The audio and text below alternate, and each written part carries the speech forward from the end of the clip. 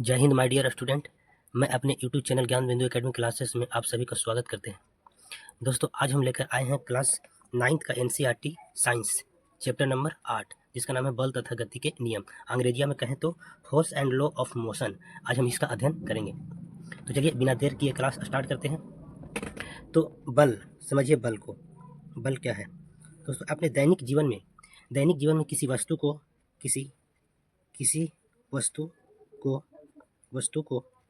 गति देने या गतिशील वस्तु को रोकने के लिए कुछ प्रयास किए जाते हैं। जैसे समझिए, जैसे अगर आप लोग किसी को थूरे होंगे तो थूरने में, तोड़ने में, किसी चीज़ को काटने में कहता है ना कि मार के तोड़ दो, रन। तो इसमें क्या लगता है? तोड़ने में, काटने में, चलने में, दौड़ने में, है ना, खींचने में, इन सभी प्रकार की जो क्रियाएं हो रही है, इन सब में कहीं ना कहीं अपने शारीरिक मांसपेशियों का बल का यूज किया है।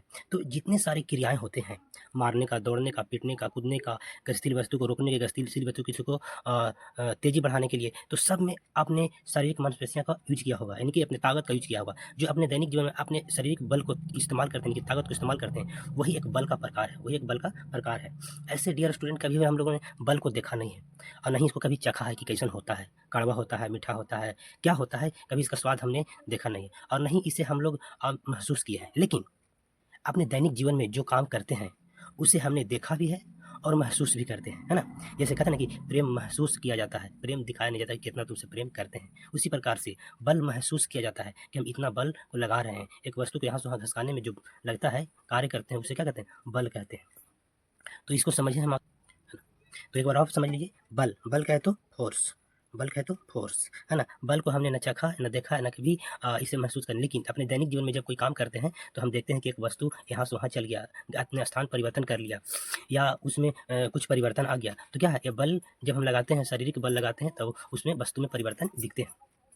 तो डियर स्टूडेंट, अब आगे देखिए कि अगर बल लगा दें तो बल यानी कि फोर्स के माध्यम से आखिर बल का उपयोग कहाँ होता है? तो बल का उपयोग कहाँ होता है? जब हम किसी वस्तु के स्थिति या उसके आकार में, या वस्तु को गति देने में, या वस्तु को रोकने में। जैसे कभी देखा होगा कि साइकिल चलाया होगा कभी, तो ना बैठाता है तो एक बार कस उसको ढकेल लेता है तो छितरा जाता है। और दोस्त लोग जब होता है, दो दोस्त जा रहे हैं और नहीं बैठाता, बाई में भाग जाता है, तो दौड़ के उस साइकिल को क्या करते हैं? पीछे खींच लेते हैं। जब पीछे खींचते हैं तो आप बल लगा रहे हैं, शारीरिक बल लगा रहे हैं। तो जब बल लगाते हैं तो उस साइकिल की जो स्पीड है वो कम जाती है, और जब ज़्यादा गुस्से आते हैं तो उसको ढकेल देते हैं, तो छितरा के क्या होता है? भीतर आ जाता है। मतलब कि, है ना। तो बल लगाने से हम किसी वस्तु को गति में वृद्धि भी लगा सकते हैं और किसी वस्तु जो गतिशील है उसको हम रोक भी सकते हैं। और बल लगाने के हम एक वस्तु को उठा के किसी दूसरी जगह पर रख सकते हैं, चाहे घिसटा के, चाहे उठा के, जिस प्रकार से। तो वस्तु के आकार को हम बल लगाकर वस्तु के आकार में परिवर्तन। जैसे बेलून है, बेलून को इसको चाप दीजिएगा, जैसे पचक जाएगा। जैसे मान लीजिए कि बेलून है, गोल बेलून होता है, और इसको बेलून की जब बल लगा दीजिएगा तो बेलून ऐसे हो जाएगा, चपक जाएगा। क्या हो जाएगा? इसको पचकना बोलते हैं, पचक जाएगा, पचक के ऐसे हो जाएगा, है ना। तो बल लगाकर इस वस्तु पहले ऐसे था, बल लगाते वस्तु क्या हो गया? ऐसे हो गया। तो बल लगाने के बाद, या फिर इसको ऐसे समझिए, बल। अब तो बल हम जहाँ बल लगा किसी वस्तु को क्या कर सकते हैं? उसके आकार और स्थिति, उसके अवस्था में परिवर्तन कर सकते हैं बल लगाकर।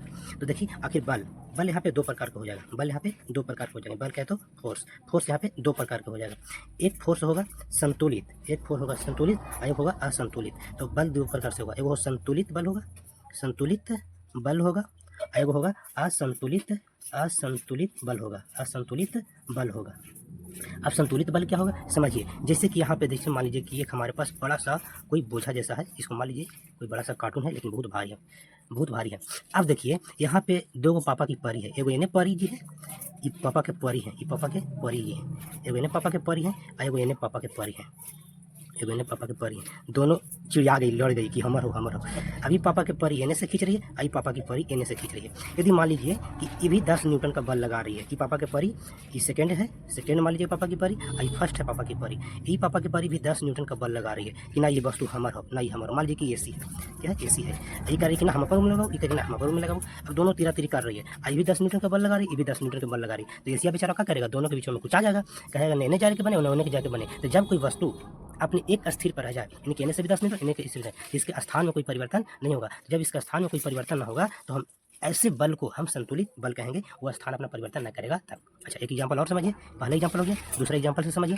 जैसे मान लीजिए कि यहाँ पे और एसी है, अब यहाँ पे कोई पापा के परी न है और ना कोई मगरमच्छ है। अभी क्या करेगा, जैसे मान लीजिए यहाँ पर मान लीजिए ना कि पापा के परी है, ये है, ये पापा के परी है, पापा के परी है, ये पापा क्या है, परी है। आई पापा के परी क्या कर रही है, ये एसी है, ये क्या है, एसी है। अब एसी को अपनी तरफ खींच रही है, लेकिन यहाँ ये फर्श पर रखा हुआ है, फर्श पर रखा हुआ है। जब फर्श पर रखा हुआ है तो फर्श भी कोई बल लगाता है। ये पापा के परी जब वस्तु को एने खींचेगी तो जो फर्श से है, जो सतह है, ये बल एने लगाएगा। अगर ये पापा के परी 5 न्यूटन के बल से अगर एने खींच रही होगी और फर्श भी 5 न्यूटन से बल अगर ओने लगा रहा होगा तो वस्तु स्थिर रहेगा, डगमगाएगा नहीं। तो पापा के परी की ताकत कितना होता है, देखो पापा के परी आएगी, अब ज़्यादा बल लगा देगी तो वस्तु इस तरफ टना जाएगा। तो जब वस्तु इस तरह से इधर आ जाएगा तो ऐसे बल को हम असंतुलित बल कहेंगे, लेकिन हम यहाँ संतुलित समझा रहे हैं, है ना। 5 न्यूटन एने और 5 न्यूटन एने, एने भी 5 न्यूटन का बल लग रहा है और एने भी 5 न्यूटन का बल लग रहा है, तो वस्तु स्थिर रहेगा। और जब वस्तु एक जगह पर स्थिर रहेगा बल लगाने के बाद भी, तो वैसे बल को हम संतुलित बल कहेंगे। उम्मीद है ये बात समझ में आया होगा। अब उसी प्रकार से होता है असंतुलित बल। अब असंतुलित बल में जैसे मान लीजिए कि यहाँ पर एक वस्तु, यहाँ पे भी क्या है, एक मान लेते हैं कि एसी ले लेते हैं, गर्मी के समय चल रहा है तो एसी ले लेते हैं। अब एने पे पापा के परी जी हैं, पापा के परी जी हैं, एने है पापा के परी, बना देते हैं पापा के परी जी हैं, पापा के परी जी हैं, एने पकड़ ले हैं। एने है एगो माँ का मगरमच्छ है, माँ का मगरमच्छ है, ये पहला माँ के मगरमच्छ है।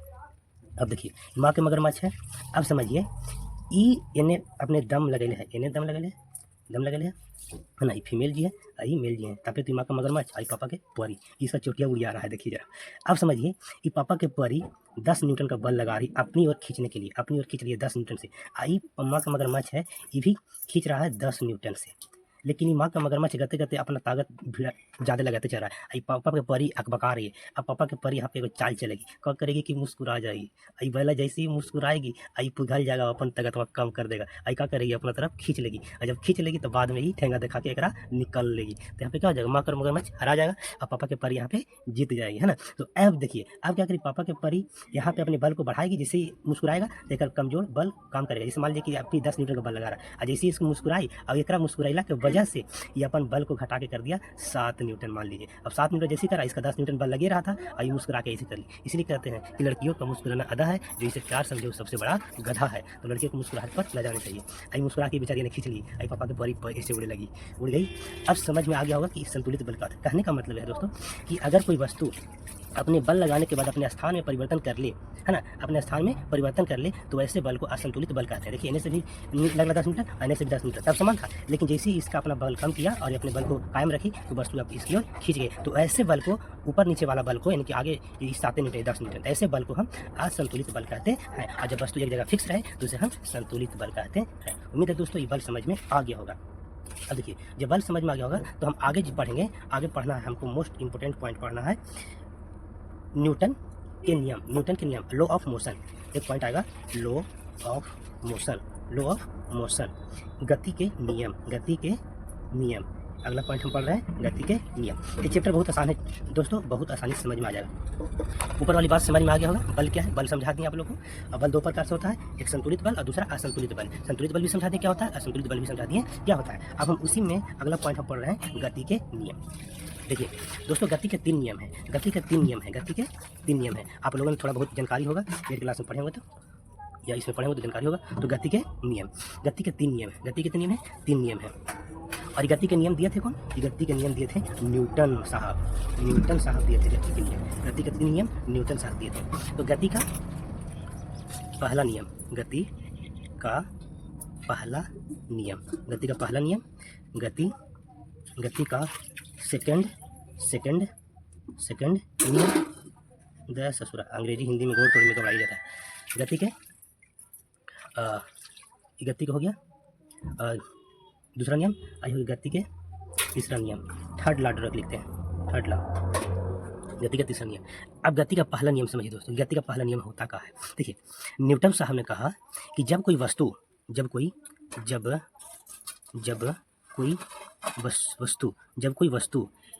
कोई वस्तु एक सीधी रेखा में, एक सीधी रेखा में समान गति से कोई वस्तु जा रही है, तो वस्तु जाते रहेगी जब तक कि उस पर कोई बाह्य बल ना लगे। बाह्य बल कहने का मतलब कि एगो साइकिल चला रहा है, अचानक 5 के स्पीड में, मान लीजिए कि 5 मीटर पर सेकंड के दर से कोई व्यक्ति साइकिल चला रहा है और बेला वो 5 मीटर फिक्स कर दिया, उसको चलते ही रहना है, चलते ही रहेगा। लेकिन अचानक से कोई आ गया और पकड़ लिया उस साइकिल को, तो बाह्य बल लगा दिया, अपने मांसपेशियाँ के तरह तो वस्तु क्या हो जाएगा, रुक जाएगा। तो जब तो वही नियम है गति का प्रथम नियम कि जब कोई वस्तु एक समान चाल से एक सीधी रेखा में गमन करती है तो वह गमन करती ही रहेगी जब तक कि उस पर कोई बाह्य बल आरोपित ना हो जाए। जब तक कोई बाह्य बल आरोपित अगर हो जाएगा तो वस्तु की गति में परिवर्तन आ जाएगा, और यदि नहीं हुआ तो वस्तु चलते ही रहेगा।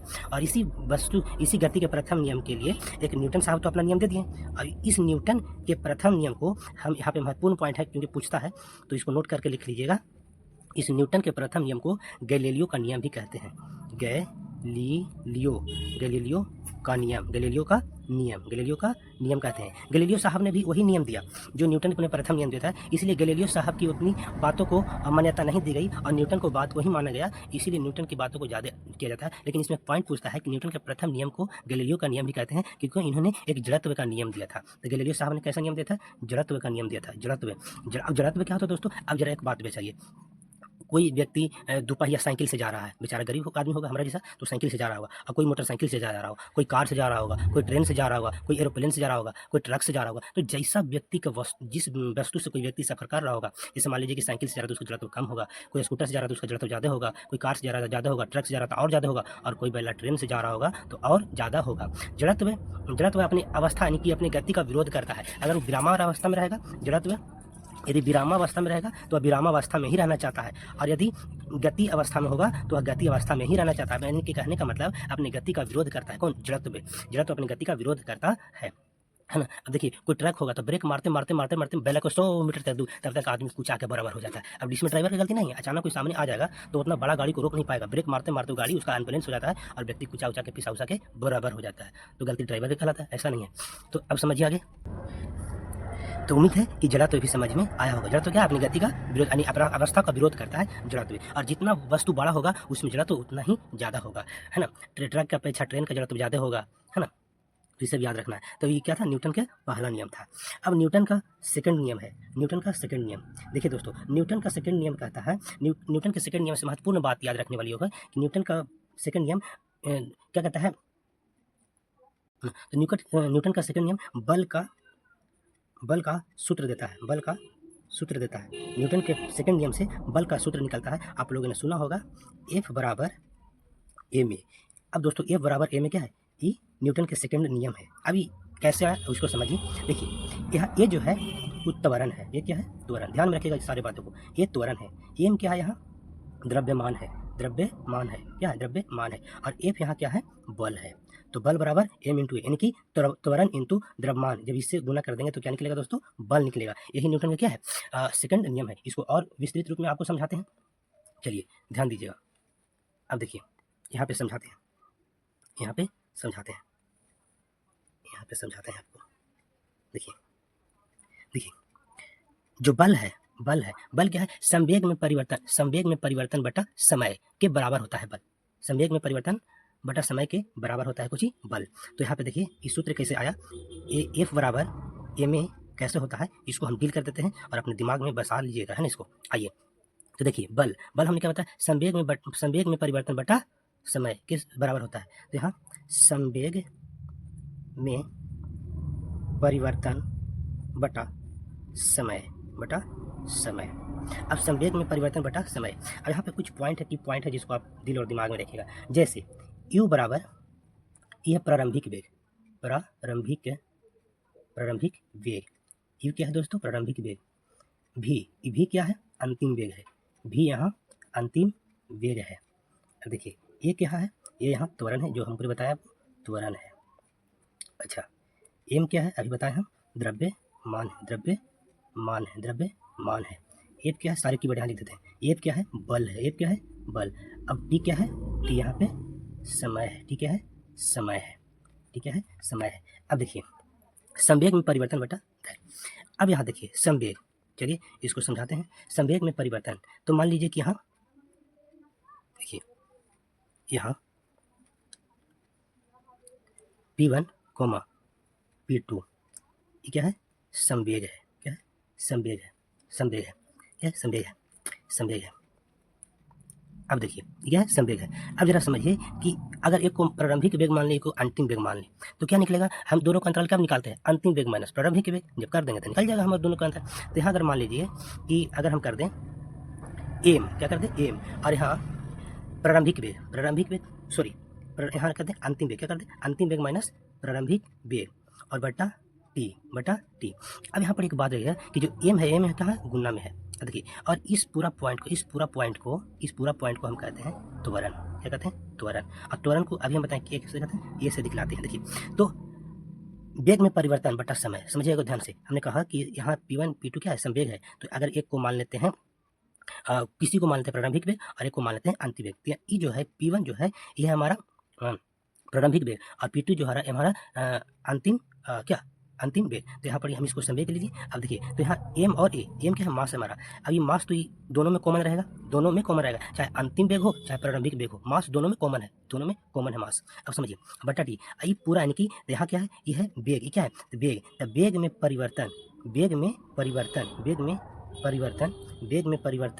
वेग में परिवर्तन बटा समय, ये क्या है? त्वरण का मान है। क्या है? त्वरण का मान है। इसलिए हम बोले कि पूरा क्या है? त्वरण हो गया और मास दोनों में कॉमन हो गया। मास दोनों में क्या हो गया? कॉमन हो गया। जब मास दोनों में कॉमन हो गया तो यहाँ पे इस जगह पे हम क्या लिख सकते हैं? इस जगह पे हम इस टोटल जगह पर हम ये लिख सकते हैं। क्या लिख सकते हैं? ये लिख सकते हैं। तो यहाँ लिख देंगे यानी कि F बराबर एम और यहाँ से आ जाएगा ए। अच्छा, इस पॉइंट को दोस्तों हम ऐसे भी लिख सकते हैं। कैसे लिख सकते हैं?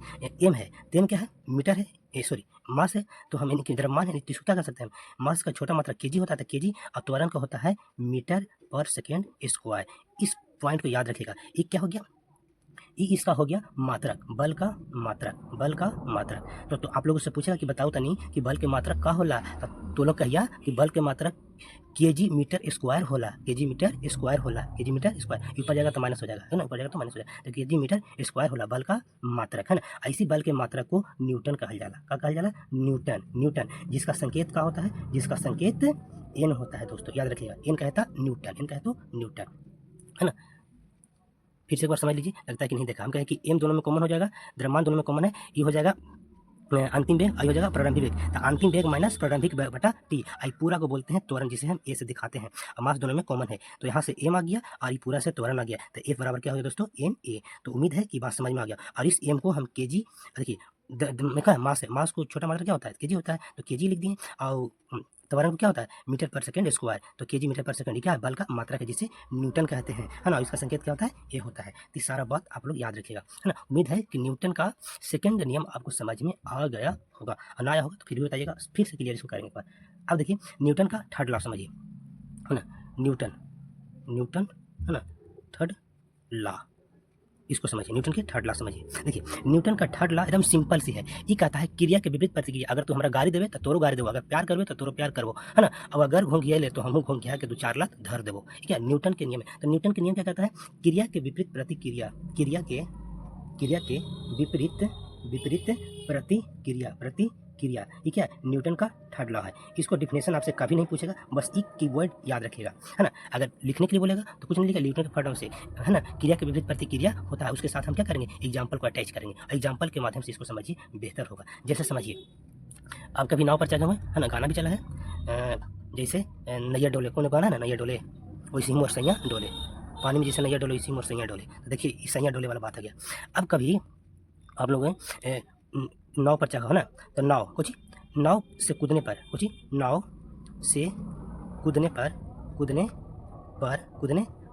नाव को पीछे होना और व्यक्ति का आगे होना। आगे कूदेगा तो नाव पीछे होगा, है ना? तो ये क्या होगा? जब आप आगे कूदे तो नाव पीछे चल गया, तो क्या हुआ? आप क्रिया किए आगे की ओर, और प्रतिक्रिया आया पीछे की ओर, नाव पीछे जाएगा और आप आगे जाइएगा। उसी प्रकार से सेकंड एग्जाम्पल समझिए, है ना? चलती ट्रेन में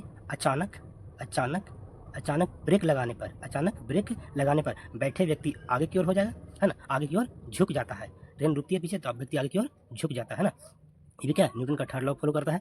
अच्छा, आगे समझिए, है ना? जब बंदूक से गोली निकलती है, जब बंदूक से गोली निकलती है तो झटका पीछे की ओर महसूस होता है। जितने वेग से आगे उतने ही झटका पीछे देता है। तो क्या है? न्यूटन का क्या है, थर्ड लॉ के नियम फॉलो करता है। जैसे और इसमें सबसे महत्वपूर्ण कहा ना, रॉकेट के आकाश में उड़ना, है ना, रॉकेट का उड़ना, रॉकेट का ऊपर जाना, रॉकेट जब हम जैसे मान लीजिए कि है ना जैसे नासा नासा हो गया, इसरो हो गया, हमारा भारत का स्पेस एजेंसी क्या है, इसरो है। इसरो से जब कोई वस्तु जब अंतरिक्ष में जाता है तो क्या करता है, बस जो जाने वाला जो रॉकेट है वो ऊपर की ओर क्या करता है, ऊपर की ओर जब जाता है तो नीचे की ओर बल लगाता है, बहुत ज़्यादा बल लगाता है, तब वस्तु ऊपर की ओर भाग पाता है। तो क्या, रॉकेट का ऊपर जाना, रॉकेट का ऊपर जाना, रॉकेट का ऊपर ऊपर जाना, ये क्या है, न्यूटन के नियम, न्यूटन के थर्ड नियम पर ये सब आधारित है। आपसे एग्जाम्पल ही पूछेगा ज़्यादातर करके, इसलिए एग्जाम्पल को ध्यान में रखिएगा। ये सब एग्जाम्पल कंपटीशन में पूछता है, तो आप याद रखिएगा कि नाव से कूदने पर नाव का पीछे होने व्यक्ति का आगे चलना, चलती ट्रेन में अचानक ब्रेक लगाने पर व्यक्ति आगे की ओर झुक जाती है। चाहे ट्रेन ही नहीं हो, ट्रेन हो, टेम्पो हो, मान लीजिए ट्रेन पर नहीं बैठे हैं तो कभी टेम्पो पर बैठ के देखिएगा या कभी स्कूटर पर बैठ के देखिएगा, अचानक चलाने वाला पहले ब्रेक को मारेगा तब आगे की ओर जाके थुथरा जाएगा, है ना। कभी देखिएगा लोग लड़की को बैठा के ले जाता था, अचानक ब्रेक लगाता था, लड़की को साइड, वो बैला होता है, खचरा है उस सब लड़का, है ना। तो क्या पता है, जब ब्रेक अचानक लगता है तो वस्तु आई क्यों, क्योंकि वो जितना गाड़ी का जो वेग होता है उसी वेग के साथ वो व्यक्ति होता है, और जब अचानक ब्रेक लगता है तो वस्तु पीछे की ओर रुकने के लिए, बॉडी तो आपको रुकने नहीं, बॉडी आगे जाकर मारेगा हटाक से, तो कभी थोड़ा ट्रेन के सीट पर लगना जाता है, चोट लग जाता है नाक में, है ना। तो क्या न्यूटन के थर्ड लॉ का कमाल है, थर्ड लॉ का कमाल है ना। अब देखिए, तो उम्मीद है कि सारे बातें समझ में आ गई होंगी। एक बार हम आपको फिर से रिवीजन करवा देते हैं पूरा चैप्टर को, ध्यान से देखिएगा। देखिए एक बार रिवीजन कर लीजिए बढ़िया से पूरा। बल क्या है, बल को हमने लोगों ने कभी किसी ने देखा नहीं, लेकिन जब हम शारीरिक गतिविधि का इस्तेमाल करते हैं तो बल को हम क्या कर सकते हैं, देख भी सकते हैं और महसूस भी कर सकते हैं, है ना। तो बल देख भी सकते हैं और महसूस भी कर सकते हैं। बल कितने प्रकार के होते हैं, दो प्रकार के, एक संतुलित बल होते हैं, दूसरा असंतुलित बल होते हैं। संतुलित बल जब कोई वस्तु अस्थिर हो, असंतुलित बल जब कोई वस्तु बल लगाए तो उसकी ओर खिंचा जाए, तो ऐसे बल को क्या करेंगे, असंतुलित बल कहते हैं, है ना। यहाँ पे देखिए, अब हम बल जब समझ गए तो हम यहाँ क्या देखें, गति के नियम, लॉ ऑफ मोशन, जो कौन दिया था, न्यूटन साहब ने दिया था। कितने नियम, 3 नियम। तो गति के 3 नियम, there are 3 types of law, है ना। कितनी, 3 नियम। गति के कितने नियम होते हैं, 3 नियम होते हैं। तो पहला नियम कौन हुआ, गति का पहला नियम को जड़त्व का नियम कहते हैं या गैलीलियो का नियम कहते हैं, ध्यान रखिएगा। जड़त्व का नियम है गैलीलियो का नियम, है ना। गैलीलियो का नियम उतना मान नहीं है क्योंकि न्यूटन के बतिया का फॉलो किया था, तो कैसे मानेगा, पहिल का ना बतिया मानेगा लोग, तो पहिल का बतिया मान लिया, है ना। तो गति का पहला नियम कहता है कि जब कोई वस्तु एक समान सीधी रेखा में चल रहा है तो वह चलती रहेगी जब तक कोई उस पर बाह्य बल आरोपित ना हो। जब बाह्य बल आरोपित होगी तो वस्तु की गति में परिवर्तन हो जाएगी, है ना। अगर नहीं होता, अगर कोई वस्तु विराम में है तो विराम में रहना चाहता है, अगर कोई वस्तु गति में है तो गति में रहना चाहता है। ये न्यूटन का पहला नियम कहता है। अब समझिए, गति का दूसरे नियम से कहता है, तो गति के दूसरे नियम से बल का सूत्र निकलता था। बल का सूत्र क्या है, ए बराबर एम ए, यहाँ ए क्या है, त्वरण है, एम क्या है, द्रव्यमान है, एक क्या है, बल है। इसमें कुछ की पॉइंट है, देखिए अब की पॉइंट क्या है, यहाँ पे यू जो है प्रारंभिक वेग है, अभी अंतिम वेग है, ए त्वरण है, एम द्रव्यमान है, एफ बल है और टी समय है। तो एम एफ जो है, एम यानी कि द्रव्यमान इंटू त्वरण के गुणनफल के बराबर होता है ना। तो जो एफ होता है संवेग में परिवर्तन बटा समय, संवेग में परिवर्तन बटा समय के बराबर होता है, कौन, एफ यानी कि बल। अब देखिए, अब यहाँ P1 P2 क्या है, संवेग है, P1 P2 संवेग है। अब याद रखिए, तो आप इसको कैसे निकालेंगे, तो एम तो दोनों में कॉमन रहेगा, चाहे ये वस्तु हो चाहे वो वस्तु, दोनों में समान रहेगा, है ना। तो प्रारंभिक बल अंतिम वेग भी और प्रारंभिक वेग यू, तो अंतिम वेग में से प्रारंभिक वेग घटा देंगे बटा टी, और द्रव्यमान दोनों में कॉमन है, देखिए, है ना। आई पूरा पॉइंट को जब एम इंटू अंतिम वेग माइनस प्रारंभिक वेग बटा टी, आई पूरा को कर देंगे हम त्वरण, और त्वरण को लिखते हैं 1 से, है ना। और यहाँ पे एक बात ध्यान दीजिए, वेग में परिवर्तन को क्या कहते हैं, वेग में परिवर्तन के दर को क्या कहते हैं, हम त्वरण कहते हैं। तो वेग में परिवर्तन के दर को क्या कहते हैं, त्वरण कहते हैं, जिसे हम ए से दिखाते हैं। अब देखिए, तो यहाँ पे ये दोनों को हम पूरा मिला के ए लिख दिए, और यहाँ से ए बराबर क्या हो गया, ए में। उम्मीद है कि नियम फिर से आपको समझ में आ गया होगा, है ना। इसी को ए बराबर एम ए को हम बोलते हैं केजी मीटर पर सेकेंड स्क्वायर, जो बल का मात्रक है, जिसे न्यूटन कहते हैं, और इसका संकेत एन होता है। और न्यूटन की थर्ड लॉ समझिए, न्यूटन के थर्ड लॉ क्या समझाएं कि क्रिया के विपरीत प्रतिक्रिया, जैसे नाव से कूदने पर नाव का पीछे होना, व्यक्ति का आगे जाना, चलती ट्रेन में अकारण पीछे मरने पर नाक का सीट में दूसरे में टकरा जाना, है ना। बंदूक से गोली निकलने पर पीछे की ओर धक्का देना, रॉकेट के नीचे की ओर बल लगाना, फिर रॉकेट के ऊपर जाना, ये सारे के सारे क्या है, न्यूटन के थर्ड लॉ। तो उम्मीद है कि सारे चीज़ आपको समझ में आ गया। अगर हमारी क्लास में अगर कहीं पे डाउट अगर आपको लगा हो तो आप कमेंट कीजिएगा, हम उसको फिर से क्लियर करेंगे। यदि हमारा क्लास अगर आप लोग को अच्छे से समझ में आ गया होगा, कहीं से कोई दिक्कत नहीं है, तो हमारे चैनल को लाइक कर लीजिएगा, सब्सक्राइब कर लीजिएगा, और अपने छोटे भाई बहन को शेयर कीजिएगा। इसी के साथ हम अपना क्लास को समाप्त करते हैं। Thank you.